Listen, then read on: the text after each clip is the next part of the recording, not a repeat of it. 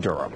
Well, summer is here and scientists are sounding the alarm on ticks. Senator Blumenthal calling for $50 million for the CDC to tackle the problem. As Fox 61's Keith McGilvery found, folks at Sleeping Giant State Park are taking their own precautions.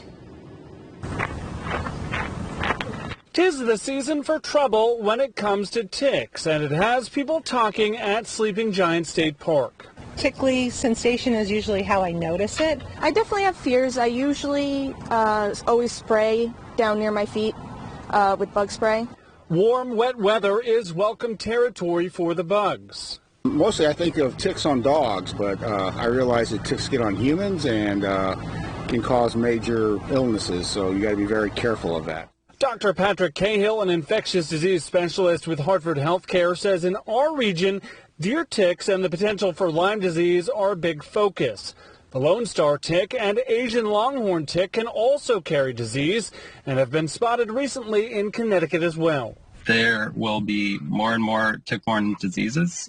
We've seen a trend really nationwide, but especially in the region over the last decade of an increase in the likelihood of the ticks that you're carrying to be infected with Lyme disease or some of the less common pathogens as well.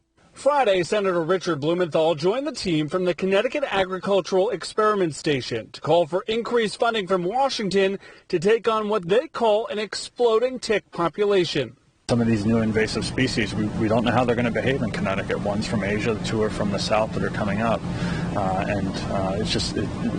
You need the fundamental research to understand how they're going to act and react in Connecticut.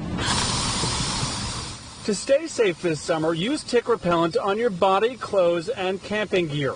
You also want to check yourself, pets, and kids after spending time in grassy or wooded areas, including your own backyard. Very hard sometimes to see them or find them, and sometimes you don't even know, so you should always check yourself. Potential signs of Lyme disease can include a bullseye rash, fever, fatigue, and joint pain. If you have symptoms, see your doctor. The CDC has recommended 7 specific spots to check yourself and your pets for ticks.